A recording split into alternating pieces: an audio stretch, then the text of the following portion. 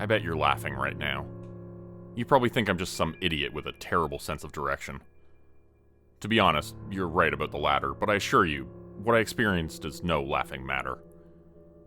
The day I got lost, I was working. Theoretically. My colleague Frank and I were sent to represent our food company at one of the country's biggest trade fairs. It's not a great job. Our boss couldn't be bothered to pay for any of the extra baggage that came with it. No compensation for traveling, no extra payment for setting up the stall, nothing. Even worse, our work hours would be long, as so often. We'd have to man the stall from early morning until late in the evening, pretending to be as happy to be there as the fair's many visitors. All the while, our boss insisted we wore those stupid caps with our company's name on it. Yet Frank and I had a little arrangement going to make the best of our shitty situation. He'd been in the trade business for most of his life, and he knew trade fairs inside out. He knew when things would go slow, especially in the early morning or the late evening. Frank also knew that one person was enough to man the stall during those times. This allowed the other to roam the place, to relax or even take a nap. The fair we attended that day was huge. It was held in a giant, sprawling complex comprising various halls, out areas, restaurants, and much more, all connected by a variety of hallways. It was the equivalent of a small town. After we'd finished getting the stall ready for business, Frank offered to take care of the morning shift. I was quick to agree. I'd been wanting to have a look around ever since I arrived. It wasn't a luxury we could usually afford, since we were trapped in our stall for the fair's entire duration. What can I say? I like food, especially meat. When I'd seen there was an entire hall centering on exotic meat products, I had to go. I wished Frank the best of luck with the morning shift, stuffed the damn cap in my pocket, and set off on my merry way. Being the idiot I am, I just started walking and promptly got lost. The place really was huge, and even worse, everything looked the same. After finding and tinkering with one of the interactive map displays, I figured out where I was and where I had to go. Hall 19. It wasn't long, however, before I got lost again. In frustration, I consulted another map display, and learned I'd somehow taken a wrong turn, and was now in Hall 12. Great. That's an entirely different wing of the complex. This time I snapped a picture of the map and followed it to the letter. Whenever I entered a new hall, I checked the big sign telling me which one it was before I cross-checked my position on the map. I left Hall 12, walked past Hall 11, and eventually through Hall 9. All that was left was to cross Hall 14 and I'd be at my goal. After crossing Hall 14, however, and following another hallway, I suddenly found myself in front of Hall 24. I was dumbfounded and pulled out my phone again. For almost a minute I went over the map, but as much as I searched, I couldn't find a Hall 24. The highest hall number I could find was Hall 22. Still confused but not sure what to do, I entered Hall 24. After a few minutes of stumbling around, I found another map display. The small red dot told me I was indeed in Hall 24. I frowned. How the hell was there even a Hall 24? When I compared the map in front of me to the one on my phone, I noticed something right away. The map in front of me was different. It was bigger, and several halls seemed to have been added. For a moment, a strange feeling washed over me, and my eyes darted around looking for, I don't know what. Everything around me was as normal as it could be. Visitors were checking out stalls, talking to sales representatives, or indulging in the various samples. Soon enough, however, something made me look up. So far, I'd hurried over the fair, not giving any of the stalls a better look. Now that I did, and really looked at them, I saw how strange some of the advertised products were. Right in front of me, a stall was presenting a fruit called Filarius. By that point, I'd been working in the food industry for a good few years, and I considered myself having a rather solid grasp on it. Yet in all those years, I'd never heard of a Filarius. When I Googled it, I came up with a big fat 0. With my interest piqued, I approached the stall. Who knows, it might be one of those weird new mixed breeds that had grown in popularity. What I saw, however, looked unlike anything I'd seen before. It was a slimy, bright orange thing covered in some sort of spiky fur. The moment I'd made it to the counter, I couldn't help but reach out for it. When my fingers made contact, however, the thing twitched and produced a disgusting, wet squeak. Cursing, I cringed back, landing me a few annoyed glances and not a few giggles. For a few more moments I stood there, staring at the stall and the weird orange fruit. Then I shrugged and went on my way. Phone in hand and staring at my map, I tried to find my way back. After following what I assumed to be the same hallway I'd entered from, I should have been back in Hall 14. Yet the entire layout was different. A swift look at the hall sign told me I'd somehow ended up in Hall 27. How the hell had I even gotten here? I'd followed the same damn hallway. There should be an exit to my right, leading to an outer area, but it was gone. Instead, I saw another hallway, one that supposedly led to Hall 31. I frowned. How is the place so big? There shouldn't even be a Hall 31. Hell, there shouldn't be a Hall 27, and I should be in freaking Hall 14. At least, if I were to trust the map on my phone. For the next few minutes I stumbled on, trying my best to ignore the strange, unknown products around me. Here and there I stopped, desperately searching for a map display, but saw none. Suddenly someone called out to me. "Can I help you, sir?"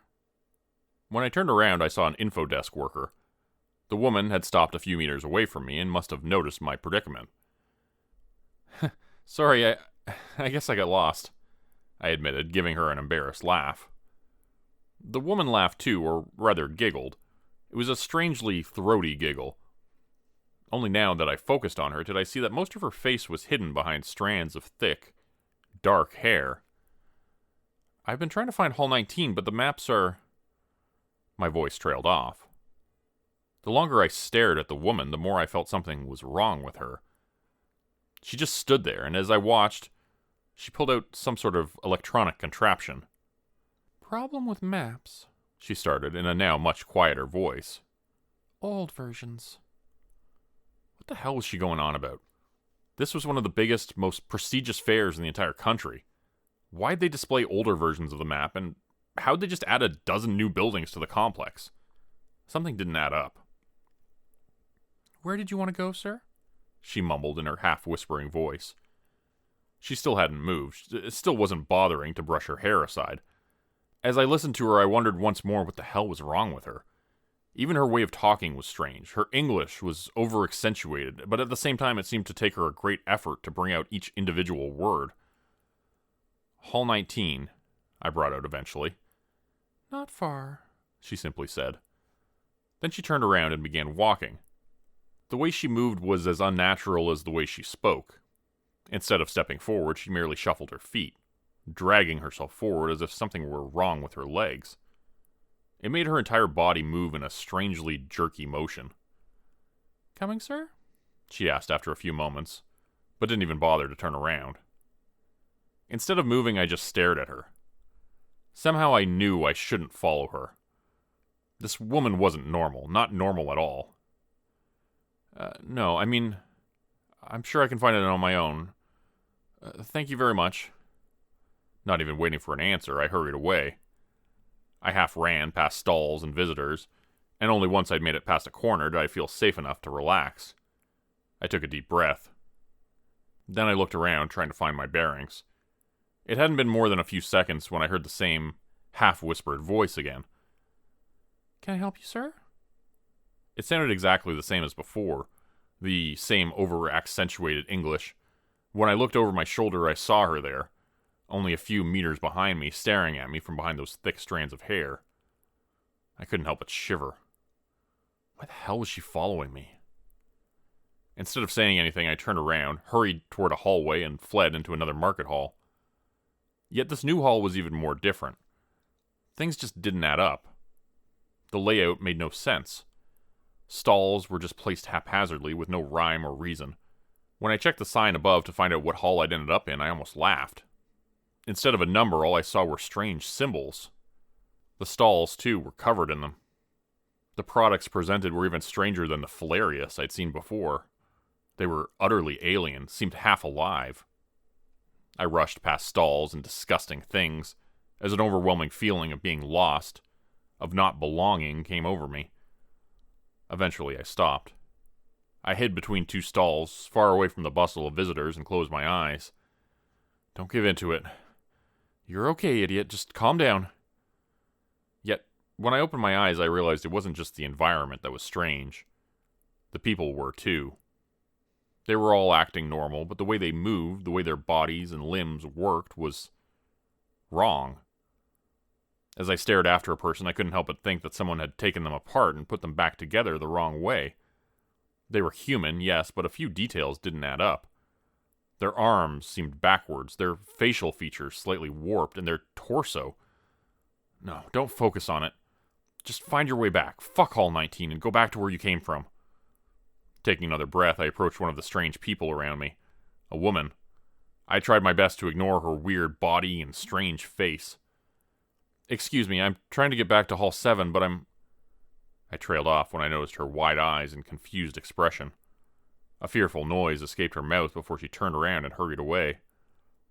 As she did, I saw the way her legs moved. It looked like there were too many joints in them. For a moment I almost lost it because of the surreal situation I found myself in. Then I heard a strange, half-whispered, over-accentuated voice from nearby. Sweat broke out all over my body.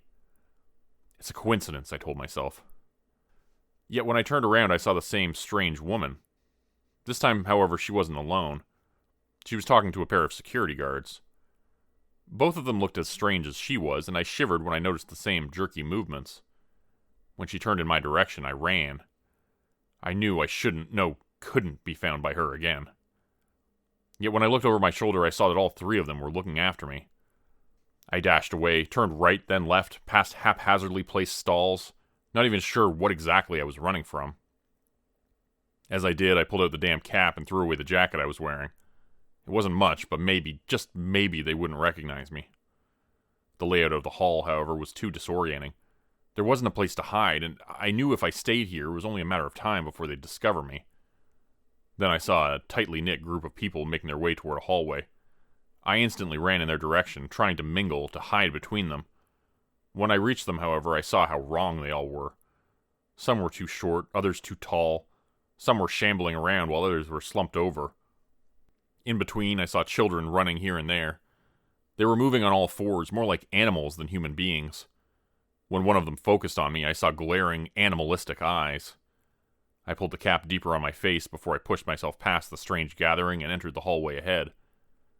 This hallway, however, differed from any I'd seen before. It was small, almost constricting, more a tunnel than anything else. The floor was dirty, and the only light that reached me came from randomly placed yellowish lamps. As strange as the place was, however, I couldn't do anything but hurry on. Driven by an almost primal fear of the woman and her companions, I ran on and eventually entered the hall at its end. I'd barely crossed a few meters when I noticed just how strange the place was. This wasn't an orderly market hall. Neither was it one of the disorienting, haphazardly thrown together ones. No, this place didn't feel like it had been planned out or even constructed. It looked more like a shanty town, a place that had grown bigger and bigger over a long period. The ground was as dirty as that of the hallway, and a variety of stains and fluids covered it. I saw caskets and boxes everywhere, saw empty cages and occasionally chunks of meat discarded and left to rot. The air was heavy with a disgustingly sweet smell. In an instant, I pushed myself past empty crates and behind a stack of boxes. What the hell was this place? My eyes darted around, trying to find out where I'd ended up. Eventually, I found a sign, but the hall's number was all wrong. At first, I didn't know what it said, but after a few seconds, I could decipher it. It was supposed to be Hall 37. The numbers, however, were backwards and distorted. They looked as if someone who'd never seen numbers before had written it. That's when it clicked. It wasn't just the sign, it was this entire place. This wasn't a fair or a market hall, it was an imitation, one that was all wrong. The people, the things populating this place, they too were nothing but cheap imitations of the human form. They wore mismatched pieces of clothing, ones that were too small or too big, and shoes that didn't fit. Their entire form was warped, as if something horrible was hidden below their outfits. When I focused on one such person, a cold shower went down my spine. My entire body felt cold, a nervous chuckle almost escaped my mouth, and I had to scream at myself not to move until they'd passed. What I thought was a face wasn't. It was a mask. A drawing of a happy face frozen in a perpetual half-smile. It was too simple, though, too cheap, and reminded me of a child's crayon drawing. The strange person shuffled past my hiding place and then stopped in front of a stall, or something that was supposed to look like one. It was nothing but a crude construction made from wood and rubble, an amalgamation of trash. Hooks dangled from it here and there, each sprouting a chunk of raw, bloodied meat. I watched as the thing approached a hook. In a swift motion, it tore down one of the dangling chunks and pushed it below its mask. For a few seconds, it seemed to chew on the meat. Then a long, black tongue slithered out from under the mask, and I watched as it licked blood and pinkish goo from its misshapen hand. A while longer, the creature just stood there, staring at the remaining chunks of meat before it shuffled on. By now, I saw that a similar creature manned the stall, one wearing another of the crayon masks. A strange, grunt-like sound escaped its mouth when it saw the empty hook. I watched in confused horror as it approached something covered by a piece of clothing. It was in a cage, and for a moment it moved the cloth aside and seemed to check what was inside. When it did, I heard something. Sobbing. The sobbing that was unmistakably that of a human being. Another grunt. The cloth went back down, and then the creature vanished behind the stall, tearing aside a curtain I hadn't even known was there. I only saw it for a moment, but I could have sworn I saw blood and gore, and something that might have once been a human body. I barely covered my mouth to drown out the scream that had wanted to escape. Then, still huddled between crates and boxes, I realized what those stains, those fluids on the floor all around me had to be. Blood. Human blood. And those chunks of meat. And this time I could do nothing but throw up right where I was. Almost instantly, heads turned to where I was. Heads sprouted the same smiling crayon faces. In a frantic motion, I stumbled out from between crates and boxes. Before any of the creatures could react, I ran. I rushed past them, past the non-stalls they'd erected, and then back down the dark, tunnel-like hallway. I'd almost made it, had almost escaped this hellhole of a place when a hand closed around my arm. "Can I help you, sir?" Those same words, those same damned words. The same over-accentuated voice, as if to mock me. The same woman, the same thing in front of me, repeated them once more. "Can I help you, sir?" This time I realized what was wrong with her voice. It wasn't the half-whispering, neither was it the over-accentuated English. No, it was the voice. It sounded as if someone, something were trying to imitate English. Another cheap imitation, another one that was all wrong. "No, let me go! Let me fucking go!" I screamed at the thing. I tore at the arm holding me in place, twisting my body only to be pulled backwards. At that moment, the hair that had covered the face was thrown aside. For the first time, I could make out its face. I cringed back instantly. It wasn't one of those simple crayon-like fakes. No, it looked almost real. Almost. It was a mask, but one made of skin. Of lifeless human skin. And then something moved. But something that was hidden below. I could see a hidden mouth, could almost see it turn into the outlines of a twisted grin. I screamed in horror. Tried once more to get away, but it was too late. The commotion had been noticed. From the entrance of the Knott Hall in the back, hulking, shambling figures were making their way towards us. By now, they weren't even trying to keep their imitation alive anymore. No. All that remained of it were the empty, half-smiling crayon faces. "Can I help you, sir?" The thing next to me repeated once more. This time the words came out in the same throaty giggle I'd heard before. The images of those cages returned to me, of the hooks and the chunks of meat dangling from them. That would be me, I realized. This was what awaited me. And then my fear, my terror was pushed aside by rage. No, I wouldn't. I was not livestock. My hand shot forward, and in a single motion I tore apart the disgusting dead skin covering the creature's face. What I saw below was nothing but twisted flesh and scar tissue. An inhuman shriek, one of outrage, escaped its mouth, and I felt the hand holding on to me let me go. As the thing covered its face, I dashed away. I was out of the tunnel in an instant and then back into the disorganized hall. I didn't look back. Didn't want to see what was coming after me. No, I just ran. My legs led me through hall after hall, each stranger than the one before. They were all twisted and wrong. One seemed to be built vertically, with stalls stacked on top of one another continuously. Another was populated by stalls that seemed to have grown and were more alive than the human beings moving between them. More than once, figures pointed at me and stared. Some cringed away, for I was as alien to them as they to me. Yet sometimes I felt hands reaching out for me, trying to hold me in place. In sheer and utter panic, functioning purely by adrenaline, I ran on.